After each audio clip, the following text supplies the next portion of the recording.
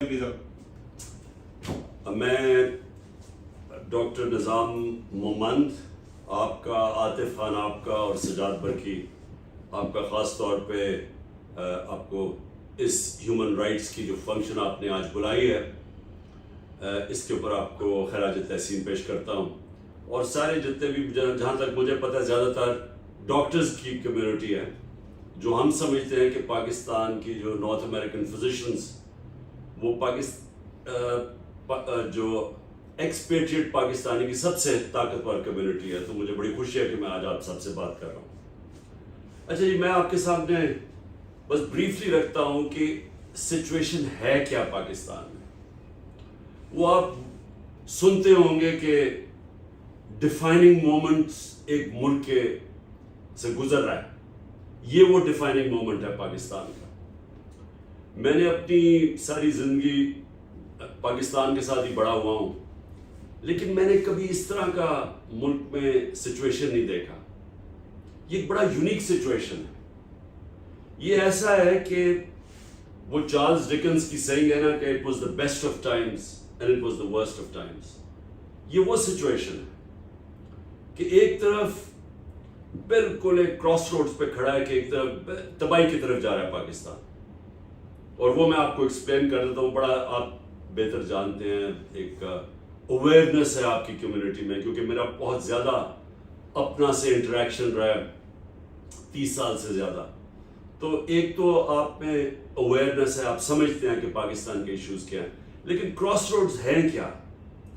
یعنی وہ جب ایک ملک ادھر آ کے کھڑا ہو جاتا ہے کہ ایک طرف تباہی ہے، ایک ہم ڈکٹیٹرشپ کی طرف جا رہے ہیں، ٹوٹل جنگل کا قانون، کوئی رائٹس نہیں، کسی قسم کا اس وقت انسانیت ہی نہیں، ہیومینٹی نہیں. جو راستہ پکڑا ہوا ہے یہاں، جو فیشسٹ رجیم بیٹھی ہوئی ہے، یہ صرف ایک طرف لے کے جائے گی تباہی کے، کیونکہ اس میں ہوپ ہی کوئی نہیں ہے. اور میں نے کبھی پاکستانیوں میں اتنی ہوپلسنس نہیں دیکھی. جو العین کا ایک مینیجر آیا وہاں، وہ انڈسٹریل اسٹیٹ ہے یو اے ای میں، تو اس نے کہا جو پچھلے 7-8 مہینے میں پاکستانیوں نے انویسٹمنٹ کی ہے العین میں، یو اے ای میں، وہ پچھلے 10 سال میں نہیں کی.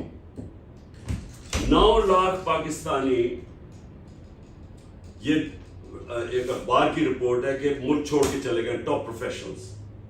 ہمیں شوکت خانہ میں پرابلم ہوا ہے کہ ہمارے تقریباً 10% کنسلٹنٹس، اور یہ بڑے مشکل ہوتا ہے، آپ بہتر جانتے ہیں کہ جو کینسر اسپیشلسٹ، آنکالوجسٹ، ان کی بڑی ورلڈ وائڈ ڈیمانڈ ہوتی ہے، پلس سیلریز اتنی زیادہ ہیں، اور جیسے روپیہ ڈی ویلیو کیا ہے تو ان کے لیے اور زیادہ لوکریٹو ہو گیا باہر کام کرنے کا. پہلی 3-3 4-4 گنا زیادہ تنخواہ ہے، تو روپے کے گرنے سے اور زیادہ لوکریٹو ہو گیا. تو 10% ہمارے کنسلٹنٹس چھوڑ کے جا رہے ہیں.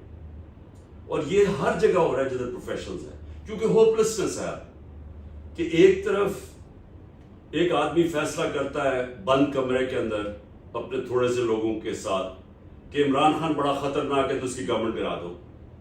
چلے جی، بڑا خطرناک ہے، گورنمنٹ گرا دی، لیکن اس ملک کے نامور ڈاکوؤں کو اور مجرموں کو اٹھا کے اوپر لا کے بٹھا دیتا ہے، جو 30 سال سے ثابت ایک دوسرے کو جو چور کہہ رہے تھے، جن کے اوپر باہر مضمون ہے ان کی چوری کے. زرداری کو نواز شریف نے 2 دفعہ جیل میں ڈالا کرپشن پہ. وہ جو حدیبہ پیپر مل کیس، اوپن شٹ کیس، وہ اس نے بنایا، زرداری نے بنایا نواز شریف کے اوپر. وہ دو جو ایک دوسرے کو کرپٹ کہتے تھے، جن کو پھر جنرل مشرف کرپٹ کہتا تھا، جنرل مشرف نے ان کے اوپر کیسز بنائے. نیب کا جو چیئرمین، پہلا نیب کا چیئرمین تھا جنرل امجد، اس نے ہمیں بریفنگ دی ان کی فورن پراپرٹیز کی. انہی لوگوں کو لا کے اوپر بٹھا دیتا ہے ایک گھوڑا سوار نائٹ جو آتا ہے ہمیں ہر تھوڑی دیر کے لیے بچانے کے لیے ملک کو. اور ان لوگوں جب اوپر بٹھا دیتا ہے، وہ پھر ایکسپیکٹ کرتا ہے کہ بھیڑ بکریوں کی طرح ساری قوم اب ان کو ایکسپٹ کرے. یہ میں تکبر کا بتا رہا ہوں کہ یہ اتنا ایروگنس ایسی آپ امیجن نہیں کر سکتے کہ اس طرح کی ایروگنس کی، کیونکہ میں نے ان کو لے کے آیا ہوں اور جا کے تقریریں کرنی شروع کر دی، کیونکہ بڑا ریزنٹمنٹ آئی، اسپیشلی جو ایکس سروس مین تھے انہوں نے بڑا ریزنٹ کیا. تو ان کو جا کے تقریریں کر رہے ہیں کہ وہ اصل میں کوئی ثابت نہیں ہوا نواز شریف کے اوپر اور زرداری کے اوپر کہ جی وہ تو، یعنی اس نے پھر کیمپین کرنے کی کوشش کی لوگوں کو بتانے کے لیے کہ نہیں میں نے بڑا ٹھیک فیصلہ کیا. اب پرابلم کیا ہوا، ان کو ایکسپٹ کروانے کے لیے اب یہاں سے اصل ڈیمیج ہونا شروع ہوا. جب انہوں نے دیکھا کہ 9 اپریل کو پی ٹی آئی کی گورنمنٹ گرائی گئی، 10 اپریل کو سپونٹینیسلی ہزاروں لاکھوں لوگ نکلے سڑکوں کے اوپر سارے پاکستان میں. اگلے دن، یہ کبھی ہوا نہیں پاکستان میں یہ دوسری طرف جا رہا ہوں کہ why is it the best of times, کہ ایک دفعہ پہلی دفعہ اتنا بڑا ریئیکشن آیا کہ پبلک نے شو کیا کہ ہم ان چوروں کو نہیں ایکسپٹ کر رہے. اس کے بعد میں نے جو جلسے تھے، میں نے کوئی 60-70 جلسے کیے. پاکستان کی تاریخ میں کبھی اتنے بڑے جلسے نہیں ہوئے. اس کے بعد اور بائی الیکشنز آئیں، اور یہ ہوا ہی نہیں ہے کہ اپوزیشن میں بیٹھ کے پوری اسٹیبلشمنٹ، پولیس، گورنمنٹ کی ساری مشینری، الیکشن کمیشن، سب 12 پارٹیز اکٹھی سب ان کی مدد کریں، اور 37 میں سے 30 بائی الیکشن ہم جیت گئے. اب جب یہ عقل تو یہ کہتی ہے جب آپ کو پتہ چل گیا کہ آپ نے غلطی کی ہے اور پبلک آ کے کھڑی ہو گئی ہے پارٹی کے ساتھ، زیادہ تر اس لیے کہ ان کی شکلیں جب دیکھی کہ پھر سے ان کو اوپر امپوز کرنے لگے ہیں، تو کورس کریکشن ہونا چاہیے تھا. بجائے کورس کریکشن کے وہ کہتے ہیں کہ when you have a big hammer everything looks like a nail. تو انہوں نے وہی ہیمر چلانا شروع کر دیا اور پارٹی کے اوپر وہ تشدد کیا، انہوں نے ظلم کیا. اس کے بعد کہ جو پاکستان کی تاریخ میں 2 مارشل لاز تو میں نے دیکھے ہوئے ہیں، جنرل مشرف کا اور جنرل ضیاء کا. جنرل مشرف کا مارشل لا تو لبرل تھا، اس سے تو آپ کمپیئر ہی نہیں کر سکتے کہ جو یہ ہوا، یہ جو اب ہوا ہمارے ساتھ پچھلے 14 مہینے میں. جنرل مشرف کا، کیونکہ میں اپوزیشن میں تھا، وہ تو لبرل تھا، تو اس پہ تو ہمیں کھلی اجازت تھی، ہم ٹی وی پہ جاتے تھے، پارلیمنٹ میں بولتے تھے. کبھی کوئی کالی ویگو کا ڈالا رات کے 3 بجے آ کے آپ کے گھر کے اندر نہیں گھستا تھا اور آپ کو اٹھا کے مارتا نہیں تھا. اور ان کو جو خاص ایک یہ ہیوملیٹ کرنے کے لیے لوگوں کو ننگا کرتے تھے، ننگا کر کے ان کو ہیوملیٹ کرتے تھے، مارتے تھے، ٹارچر کرتے تھے. یہ شروع ہو گیا جنرل باجوہ کے دور میں، یہ بتانے کے لیے کہ نہیں ایکسیپٹ کرو ان لوگوں کو. جس طرح پھر سے میں کہتا ہوں کہ ہم انسان ہی نہیں، ہم بھیڑ بکریاں ہیں، تو ان کو مارتے جاؤ گے تو یہ اس طرف چل پڑیں گے. سو انہوں نے یہ پھر کیا، ہر قسم کا کلیمپ ڈاؤن جو کہ 25 میں پچھلے سال شروع کیا. ہم لانگ مارچ کر رہے تھے، 3 لانگ مارچز انہوں نے کیا، ہم نے کسی کو روکا ہی نہیں. اس سے 2 دن پہلے انہوں نے گھروں میں گھسے، رات کے ہزاروں گھروں میں گھسے، انہوں نے لوگوں کو اٹھا لیا، ان کو ٹیررائز کیا. ہم سب شوق میں چلے گئے کہ یہ کیا ہوا ہے. اور انہوں نے سمجھا کہ اتنا ان کے اوپر، اور پھر اس کے بعد جب لوگ نکلے 25 مئی کو، انہوں نے اتنی ٹیئر گیس شیلنگ کی اور جو ظلم کیا اور لوگوں کو اوپر مارا، جس طرح پیلٹ گنز استعمال کی. تو ان کا خیال تھا کہ یہ ایک بڑے سافٹ سے لوگ ہیں، ممی ڈیڈی کراؤڈ ہے، برگر کراؤڈ جس کو کہتے ہیں، یہ چپ کر کے بیٹھ جائیں گے گھروں میں. لیکن وہ پارٹی اس کے بعد بھی آگے بڑھتی گئی، تو ان کی سختی بھی بڑھتی گئی. اور پھر یہ خاص ایک آدمی کو لے کے آئے جس کی کاؤنٹر ٹیررزم کے اندر ایکسپرٹیز تھی، جس نے ایک صوبے میں بڑا ظلم کیا ہوا تھا، جس نے بڑی نفرتیں ملک کے خلاف کروائی تھی اپنی حرکتوں سے، اپنے کسٹوڈیل ٹارچر سے. اس کو لے کے آیا، اور اس نے ہمیں جس طرح کہ ہم کوئی باہر کے ٹیررسٹ ہیں، اس نے ہمارے پر وہ شروع کر دیا، جس میں شہباز گل کو ٹارچر کیا. پہلا وہ ہمیں شوق ملا، اس کو یعنی اس کو جس طرح ہیوملیٹ کیا اور 2 دن رکھا اور جو اس کو مارا. پھر اعظم سواتی، اس نے صرف ایک ٹویٹ کی کہ thank you general Bajwa for NRO2.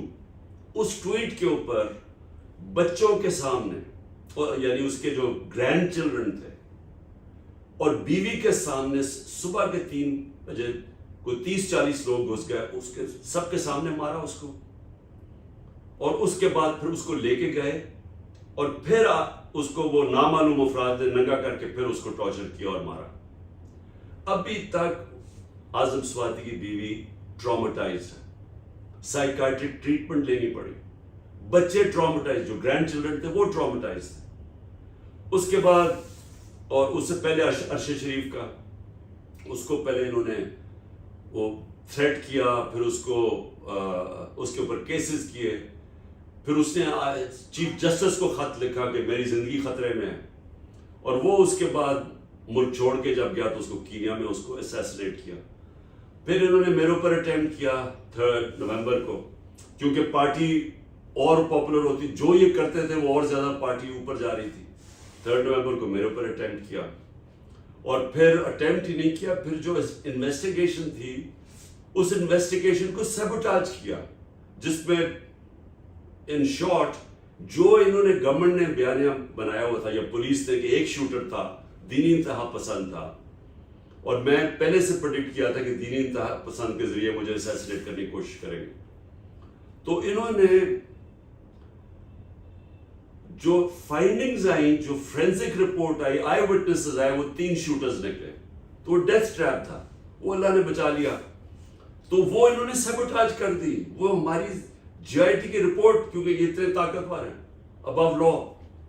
اس کے بعد پھر میرے اوپر ایک اور اٹیمپٹ کیا 18 مارچ کو, بڑے, وہ بھی اللہ نے خاص بچایا. انہوں نے پورا پلان کیا ہوا تھا جوڈیشل کمپلیکس میں مجھے قتل کرنے کا, ادھر سے پھر میں بچا. اس سے پہلے ایک اور ایونٹ ہوا تھا, ہیلی کاپٹر, ہم فلڈز تھے تو ڈی آئی خان سے ہیلی کاپٹر پہ, بڑا ہیلی کاپٹر تھا کے پی گورنمنٹ کا, ایک دم وہ نیچے آنا شروع ہو گیا, ہائٹ لوز کرنا شروع ہو گیا. پتہ چلا غلط فیول مکس اس کا غلط کیا گیا ہے. وہ پتہ نہیں اللہ نے کیسے بتایا کہ نہیں تو پہاڑی علاقہ تھا, وہ لینڈ ہی نہیں کر سکتا تھا. تو ایک بس فیلڈ ملی, پہنچتے وہاں ہم رک گئے. anyway, تو وہ بچ گئے. اور بھی 1-2 اٹیمپٹس تھے, لیکن اللہ نے بچا لیا.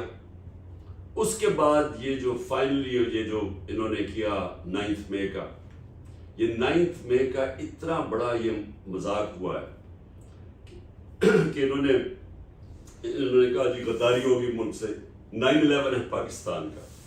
9 مئی کو کل سپریم کورٹ کی ڈیٹیل ججمنٹ آتی ہے. وہ کیا کہتی ہے؟ ڈیٹیل ججمنٹ یہ کہتی ہے کہ عمران خان کو انکانسٹیٹیوشنلی اینڈ ان لافلی وہاں سے ایبڈکٹ کیا گیا. سو کوشچن اب یہ ہے کہ جب مجھے ان لافلی اور انکانسٹیٹیوشنلی ایبڈکٹ کیا, اور صرف وہ ان لافل نہیں تھا کیونکہ وہ اریسٹ نہیں تھا, وہ رینجرز یا کمانڈوز نے مجھے اٹھایا تھا, کیونکہ میرے ساتھ 3-4 کمانڈوز تھے. وہ ساروں نے کہا, وہ ایس ایس جی کے تھے, سب نے کہا کہ جی ہم یہ جانتے ہیں رینجرز نہیں, یہ کمانڈوز تھے. اینیوے جس طرح انہوں نے مجھے پکڑا, وہ تو آپ نے سب نے بھی دیکھا ہوگا, لوگوں کو مارا انہوں نے ڈنڈوں سے. وہاں بیچارہ وہ ہائی کورٹ کا وہ سٹاف بیٹھا ہوا تھا اس آفس میں, ان کو مارا, ہمارے وکیلوں کو مارا, مجھے بھی ایک خیر. تو اور جس طرح لے کے گئے, تو کوشچن یہ ہے کہ کیا پبلک کا جو ریئیکشن تھا وہ جسٹیفائڈ تھا یا نہیں تھا؟ کیا میرے ورکرز جنہوں نے اس طرح کی ابڈکشن دیکھی جو انلیگل اور ان لافل تھی, کیا ان کا کانسٹیٹیوشنل رائٹ نہیں تھا کہ پروٹیسٹ کرنا, پرامن احتجاج کرنا؟ مجھے تو پتہ ہی نہیں کیا ہوا اس کے بعد, کیونکہ مجھے تو بند کر دیا انہوں نے جا کے. تو جب میں سپریم کورٹ میں پیش ہوا تو جج نے پہلی دفعہ مجھے بتایا جی یہاں بڑا وائلنس ہوا ہے, یہاں بڑی توڑ پھوڑ ہوئی ہے, آرسن ہوا ہے. تو میں نے تو امیڈیٹلی کنڈیم کیا, کیونکہ ہم نے تو 27 سال کی پالیٹکس میں کبھی بھی الاؤ نہیں کیا وائلنس. ہماری تو ساری پالیٹکس ہی یہ تھی کہ لا کے بیچ میں رہ کے کرنا ہے, اور وہ پیسفل پروٹیسٹ ہمارا کانسٹیٹیوشنل رائٹ ہے. تو میں بڑا حیران ہوا کہ یہ ہوا کیا, یہ کیسے ہوا یہ کہ کور کمانڈر کا گھر جلا دیا گیا, اور یہ جو ریڈیو پاکستان جلا دیا گیا, اور 2-3 ایک وہ عسکری ٹاور وہ جلا دیا گیا. آہستہ آہستہ, کیونکہ پہلے تو سارے, اور 48 آورز میں ٹوٹل کریک ڈاؤن. ہو سکتا ہے کہ 10,000 لوگ آپ 48 گھنٹے میں پکڑ لیں اگر آپ کا پہلے سے پلان نہیں بنا ہوا تھا, کیونکہ کسی کے پتہ چلاتے ہیں آپ, ان کے گھر کے پتے لیتے ہیں, کچھ کرتے ہیں. یہ کیسے ہو گیا کہ 48 گھنٹے میں ایک دم 10,000 لوگ پکڑ کے جیل میں ڈال دیے, ساری لیڈرشپ پکڑ لی. اور جو سب سے افسوسناک چیز یہ ہے کہ کوئی انڈیپینڈنٹ انکوائری نہیں ہوئی. کہ ہم کہہ رہے ہیں دو ورژنز ہیں نا, ہم کہہ رہے ہیں ہمیں تو آہستہ آہستہ پتہ چل گیا کہ یہ امبیڈ کیے ہوئے تھے لوگ, ہمارا تو ان سے کوئی تعلق ہی نہیں تھا, تو ہمیں تو پتہ تھا کہ کیا, کہ پارٹی نے کبھی کیا ہی نہیں ایسے, تو ہمیں پتہ تھا کہ لوگوں کو اندر گھسایا گیا جنہوں نے یہ کروایا. لیکن ون سائیڈڈ ورژن, کوئی انویسٹیگیشن نہیں, کوئی انڈیپینڈنٹ نہیں, جج جوری اینڈ ایکسیکیوشن نے فیصلہ کیا کہ جی انہوں نے کیا میرے کو مارو. اس سے بھی زیادہ آپ سب کے لیے میں کہنا چاہتا ہوں کہ یہ سب سے زیادہ خوفناک جو چیز وہ یہ کہ 25 لوگوں کو اس دن شہید کیا. 16 کے پاس تو ہمارے ان کے پورے ایڈریسز پتہ ہے وہ کون لوگ ہیں, لیکن جو باقی 9 لوگ ہیں وہ غائب ہیں, ان کا ہمیں کوئی پتہ نہیں ہے, کیونکہ وہ ان کے سارے لوگ اتنا زیادہ ایک خوفناک سچویشن بنا ہوا ہے, اتنا زیادہ لوگوں کو ڈرایا گیا کہ وہ چپ کر کے کوئی بول ہی نہیں رہا, کیونکہ ہر کسی کو پکڑ اٹھا کے لے جاتے ہیں, رشتہ داروں کو اٹھا کے لے جاتے ہیں. لیکن اگر 16 لوگ بھی آپ کے 16 ڈیتھس, ایک پولیس والے کو یا رینجر کو گولی نہیں لگی, اس کا مطلب سب کسی کے پاس ہتھیار نہیں تھے, تو 16 لوگوں کو گولیاں لگی, 16 لوگ شہید ہوئے, 9 مسنگ, اوپر سے 100 لوگوں کو بلٹ وونڈز تھی, اور 3 لوگوں کی ٹانگیں کٹ گئی کیونکہ گولیوں سے ان کی ٹانگیں ضائع ہو گئی. ایک آدمی اس وقت پیرالائز ہے, اس کی کمر میں گولی لگی, اور آپ یقین کریں ایک کسی نے بولا ہی نہیں اس کے اوپر کوئی, یعنی وہ کور کمانڈر گھر بڑا برا ہوا, ہم سب کنڈیم کرتے ہیں, لیکن انسانی جانیں گئی ہیں, وہ کسی کے ان کے بچے تھے, کسی کے بیٹے تھے, کسی کے ہسبینڈ تھے, ان کے اوپر کوئی بات ہی نہیں کر رہا کہ وہ جی لوگ, ایک مینشن نہیں ہے, ہم ایف آئی آر نہیں کٹوا سکتے, کوئی ایف آئی آر نہیں کٹوا سکا کہ جو ان کے جو رشتہ دار شہید ہوئے, وہ تو ایک تو پولیس کا ڈر اتنا زیادہ ہے, تو ایک خوف کی فضا بنا کے سارا جو ڈسکورس ہے میڈیا کو ٹوٹل کنٹرول کر لیا, سارا میڈیا ٹوٹلی کنٹرولڈ ہے. آپ کو پتہ ہے کل آئی ایم ایف کی میٹنگ ہوئی تو وہ جو تصویر کے اندر سے مجھے انہوں نے غائب کر دیا, یعنی اتنا خوف ہے کہ عمران خان کا نام بھی نہیں آنا چاہیے. اور اس کے علاوہ ہمارے لوگ ٹی وی پہ نہیں جا سکتے ریپرزینٹ کرنے کے لیے, ان کو اٹھا لیتے ہیں, اب صرف وکیل ہی رہ گئے ہمارے پاس جو کہ ریپرزینٹ کرتے ہیں. تو اینی وے میں یہ کہہ رہا ہوں کہ یہ ون سائیڈڈ ورژن میرے مطابق یہ سارا پلان تھا, انہوں نے ہر حربہ استعمال کیا پی ٹی آئی کو کرش کرنے کا. وہ اور زیادہ اب پارٹی کو کیسے کرش کریں گے جب وہ پبلک نے فیصلہ کر لیا کہ وہ پارٹی کے ساتھ کھڑی ہو گئی, وہ ریفلیکٹڈ ہے بائی الیکشنز میں, وہ سارے اوپینین پولز میں ریفلیکٹڈ ہے. تو اس سے اگر یہ ان کا خیال ہے کہ یہ خوف پھیلائیں گے, لوگ ہمارے توڑ رہے ہیں, جو جیل میں جاتا ہے پی ٹی آئی کا پکڑ لیتے ہیں, وہ جیسے وہ کہتا ہے کہ میں پی ٹی آئی چھوڑ رہا ہوں, اس کے سارے کرمنل کیسز ختم ہو جاتے ہیں, اس میں دہشت گردی ختم ہو جاتی ہے, سارے کیسز ختم ہو جاتے ہیں. ساروں کو پکڑتے ہیں, جس کو پکڑتے ہیں. اب اتنا ہمارے کئی لوگ, اب doctor Yasmin 75 cancer patient, cancer survivor, اس کو پکڑا ہوا ہے, عورتوں کو پکڑا ہوا ہے, صرف اور صرف یہ زور لگانے کے لیے کہ پی ٹی آئی چھوڑ دو, پی ٹی آئی کو ختم کرو.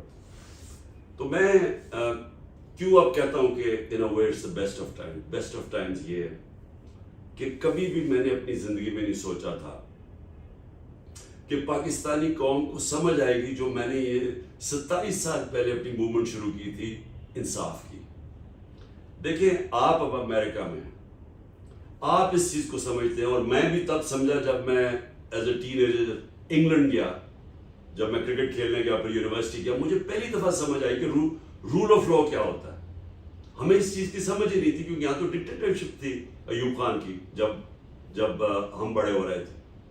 تو پہلی دفعہ ہمیں سمجھ آئی کہ رول آف لا ہوتا کیا ہے, کہ نو ون از ابو لا, اور یہ ہے بیسس سویلائز سوسائٹی کا. اسی لیے میں نے اپنی پالیٹکس شروع کی تھی 27 سال پہلے, اور 14 سال اس میں سے ولڈرنس میں تھے, کیونکہ لوگوں کو سمجھ ہی نہیں آ رہی تھی. کیونکہ یہاں جی ہر کوئی مجھے کہتا تھا جی روٹی کپڑا مکان ٹائپ کوئی سلوگن لے کے آئیں, نہیں تو لوگ آپ کے ساتھ نہیں چلیں گے. اور وہ میں سمجھ گیا کیوں, کیونکہ یہاں تو انصاف ہوا ہی نہیں ہے کبھی.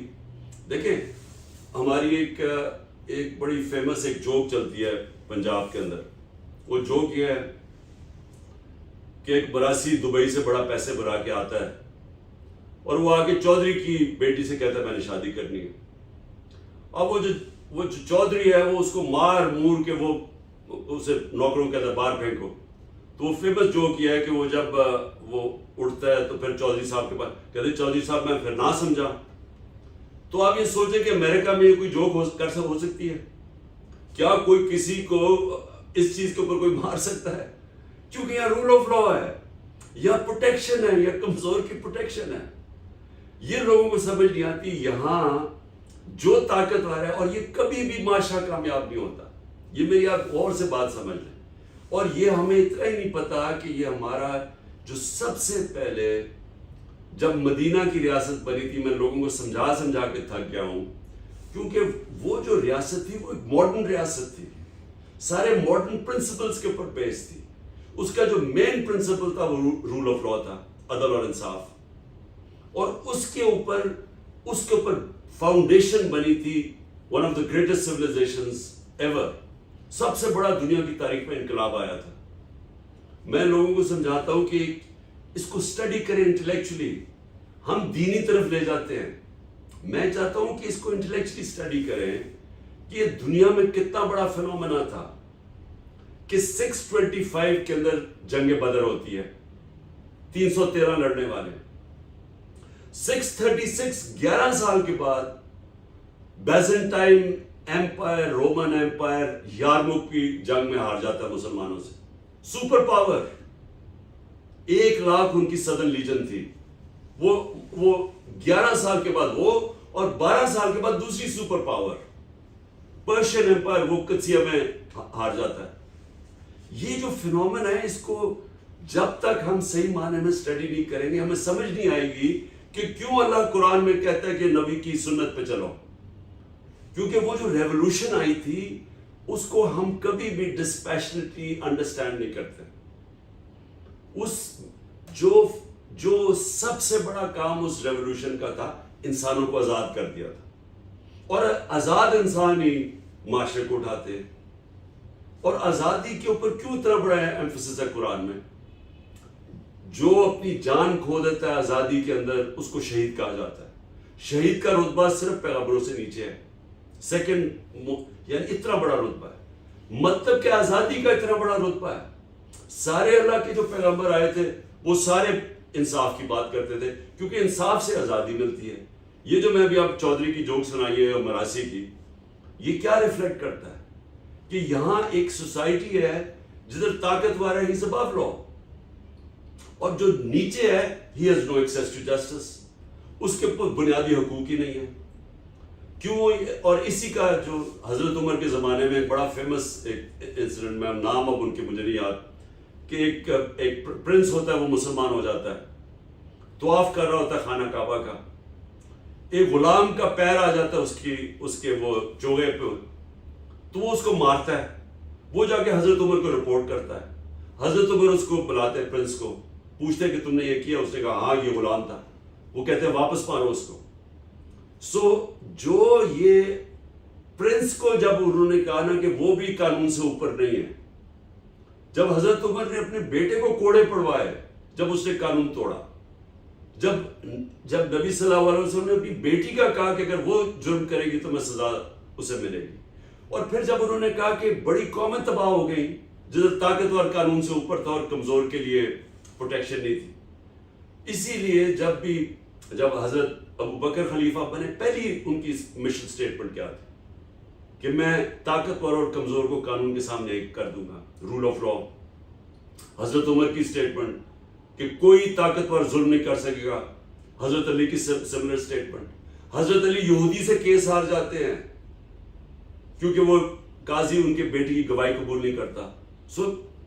ایک یہودی, ایک مائنورٹی بھی ایک خلیفہ وقت سے کیس جیت سکتا تھا. وہ تھا انصاف جس کے اوپر بنی تھی بنیاد. لوگوں کو آزاد کر دیا.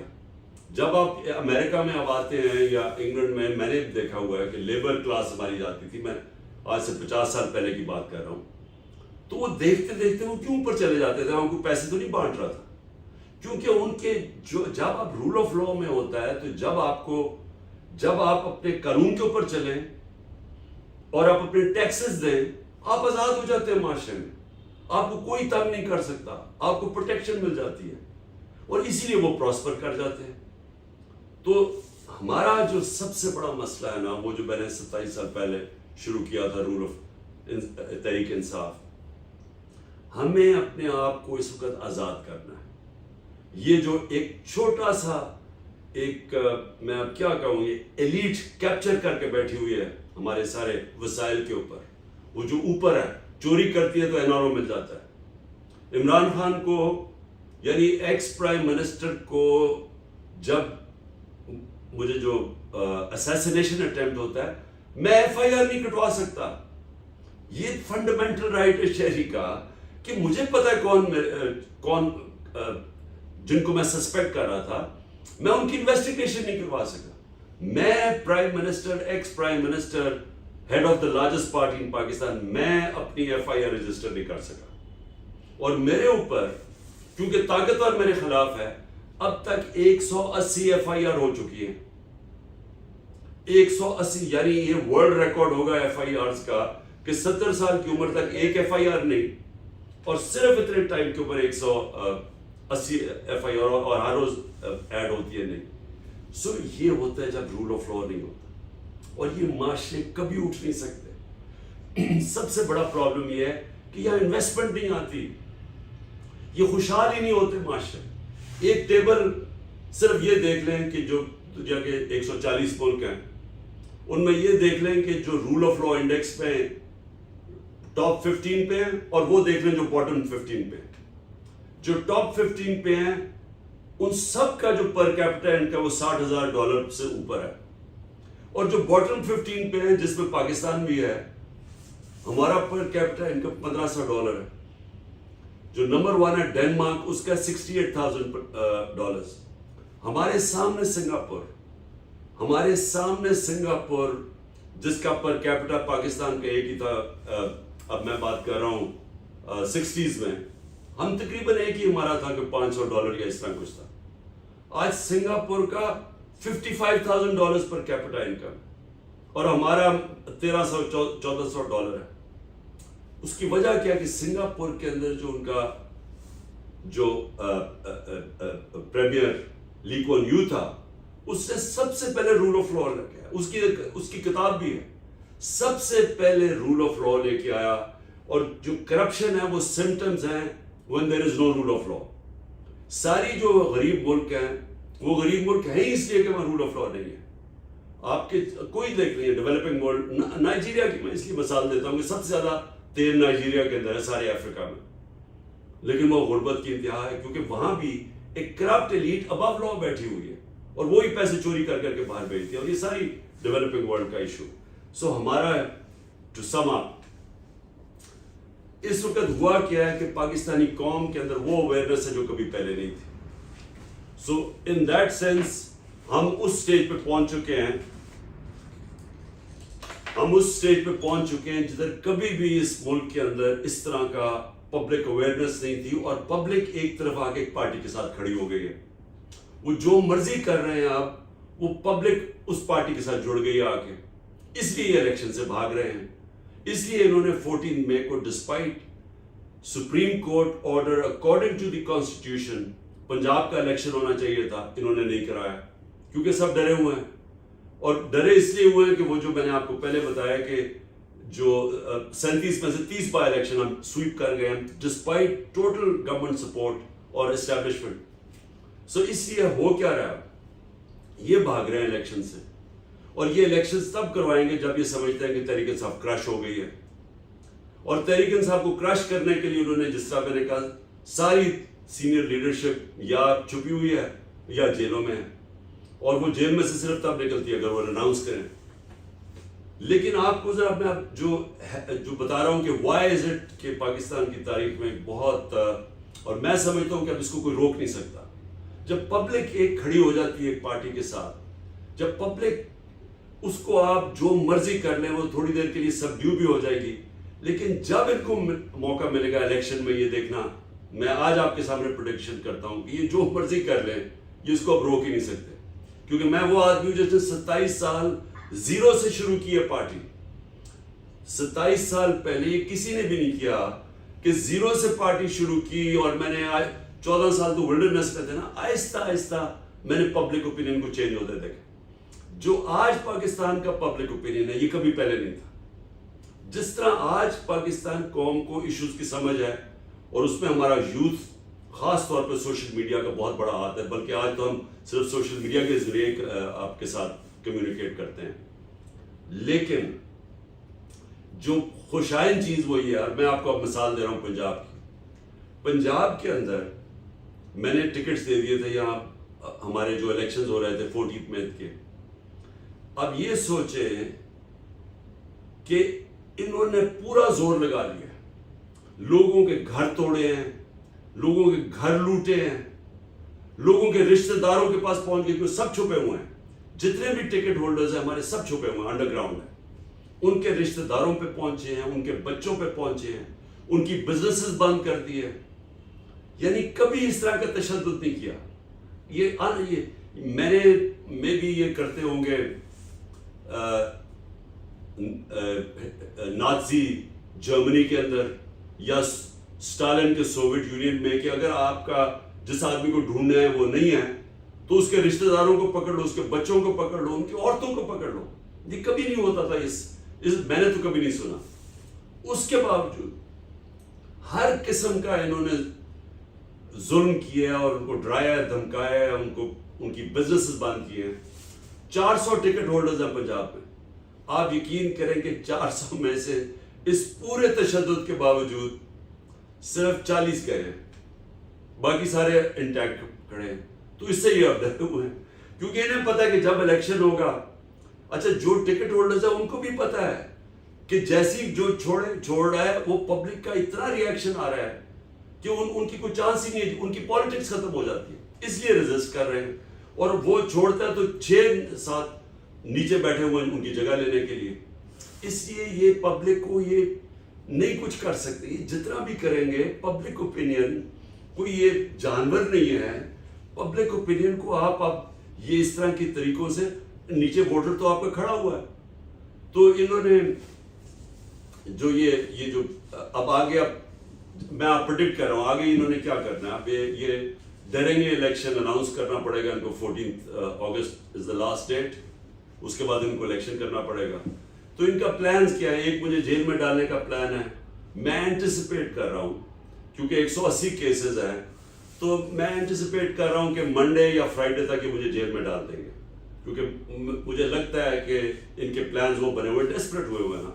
وہ کیس ہی کوئی ایسا نہیں ہے اب تک جو وہ عدالت میں جاتا ہے، وہ کیس ہی سارے بوگس کیسز ہیں، لیکن اتنے زیادہ کیے ہوئے ہیں اور انہوں نے تھوڑا مینج کیا ہوا ہے. میں سمجھتا ہوں کہ اچھا میں جیل میں چلا گیا، یہ ڈسکوالیفائی کرنے کی کوشش کریں گے. ایک جج ان کی پوری مدد کر رہا ہے اس وقت، تو وہ دوسری چیز ہے. لیکن اس سے کیا فرق پڑ جائے گا؟ ڈسکوالیفائی کریں گے، جیل میں بھی ڈال دیں گے، تو الیکشن میں تو پارٹی کو کیسے، ووٹر کو کیسے روکیں گے؟ تو میری پریڈکشن یہ ہے کہ جو بھی کریں یہ اس سٹیج پہ پہنچ گئے کہ جیت نہیں سکتے. لیکن انہوں نے الیکشن ڈیلے کرنے کی کوشش کرنی ہے، اور اس کے لیے جو میں کہہ رہا ہوں نا کہ یہ بلائنڈ ایلے کی طرف آپ جا رہے ہیں.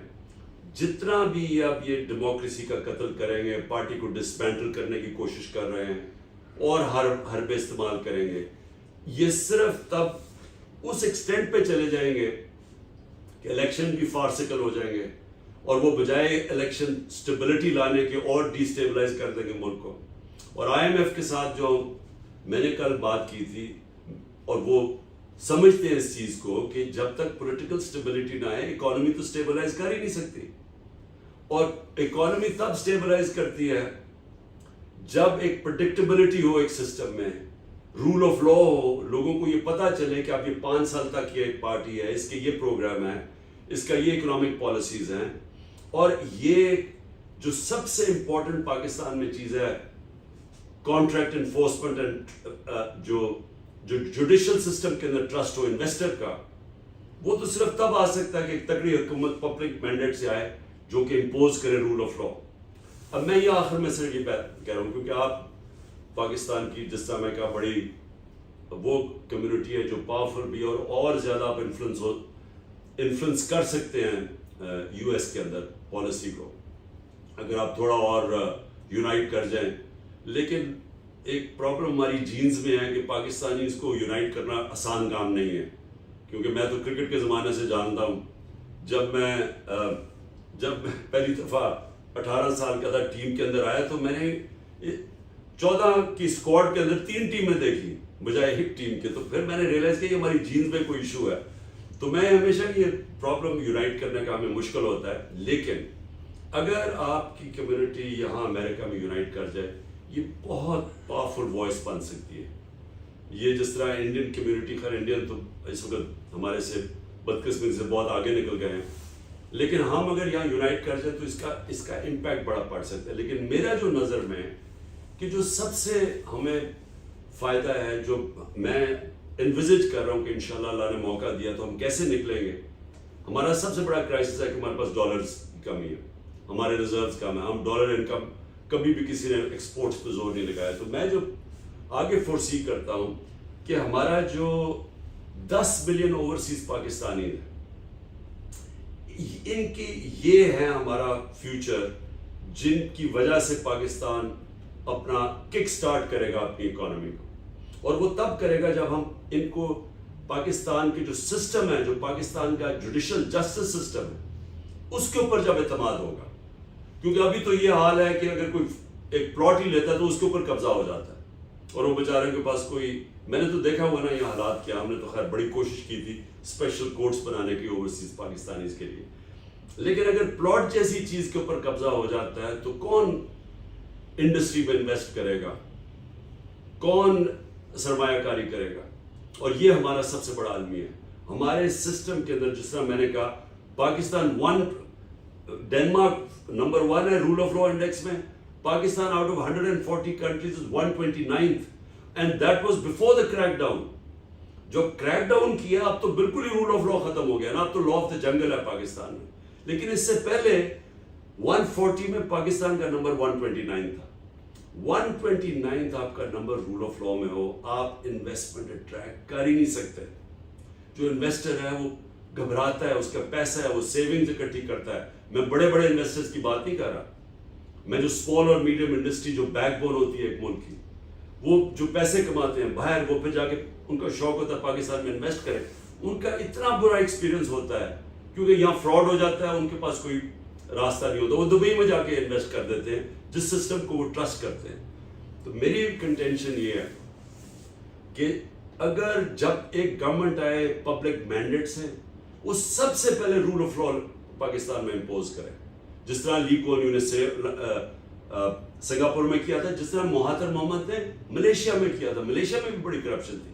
مہاتر کی اچیومنٹ یہ تھی کہ اس نے کانفیڈنس دیا لوگوں کو اس سسٹم کے اندر جس میں پھر انویسٹمنٹ آنی شروع ہوئی. ہمارا پاس تو جس طرح میں نے کہا 10 ملین اوورسیز پاکستانی ہیں, جیسے ہی ہم اپنا سسٹم ٹھیک کریں تو اس ملک میں انویسٹمنٹ آنی شروع ہوگی, تو جس میں آپ لوگوں کا بہت بڑا انشاءاللہ ہاتھ ہوگا. اور میں ڈاکٹرز کے لیے کہنا چاہتا ہوں, ہم نے جو ہیلتھ کارڈ شروع کیا تھا اس کا مقصد کیا تھا. ہیلتھ کارڈ کا یہ تھا کیونکہ اس وقت صرف جو ہم گورنمنٹ ہاسپٹلز بنا ہی نہیں سکتے سارے ملک کو کور کرنے کے لیے, تو ہیلتھ کارڈ کا مقصد یہ تھا کہ ہیلتھ انشورنس اگر ہر شہری کے پاس, ہر خاندان کے پاس 10 لاکھ کی ہوگی تو گاؤں کے اندر, دیہاتوں کے اندر بائنگ پاور آ جائے گی لوگوں کو پیسے دینے کے لیے, اور پرائیویٹ سیکٹر چلا جائے گا وہاں. اور جانا شروع ہو گیا تھا, پرائیویٹ سیکٹر جانا شروع ہو گیا تھا دیہاتوں کے اندر. کیٹریکٹ کے آپریشن, چھوٹی چھوٹی کلینکس کھل گئی تھی جو ہیلتھ کارڈ کے اوپر تھا, تو لوگوں کو ہیلتھ کور مل گیا تھا. اس کے علاوہ پرائیویٹ سیکٹر نیٹ ورک پھیلا سکتا پورا ہمارا پاکستان کے اندر اور پھر کمپیٹ کرے گورنمنٹ ہاسپٹل سے. گورنمنٹ ہاسپٹل پر پریشر پڑ جائے گا کہ وہ اپنی پرفارمنس ٹھیک کریں. تو یہ ہمارا بڑا ریولوشنری آئیڈیا تھا, اور ایکچولی اس کے بڑے اچھے اچھے رزلٹس آ رہے تھے جو یہ حکومت رول بیک کرنے کی کوشش کر رہی ہے. تو آخر میں آپ سب کا میں سر, اچھا میرے پاس پوری لسٹ آئی ہوئی ہے, مجھے انہوں نے بھیجی ہے. ہاں ڈاکٹر جلیل خان, آپ کا بھی, نظام محمد کو تو میں کہہ بیٹھا ہوں, ڈاکٹر محمد طارق، اور ہاں ہمارے ڈائی ہارڈ ڈاکٹر نصر اللہ خان، آپ کو بھی میں خاص طور پہ آپ کا شکریہ ادا کرتا ہوں، اور آپ سب کا جو ہماری پاکستانی امریکن کمیونٹی ہے، میں سمجھتا ہوں کہ آپ میں سب سے زیادہ پوٹینشیل ہے اس ملک کی مدد کرنے کا. بہت بہت شکریہ جی، تھینک یو.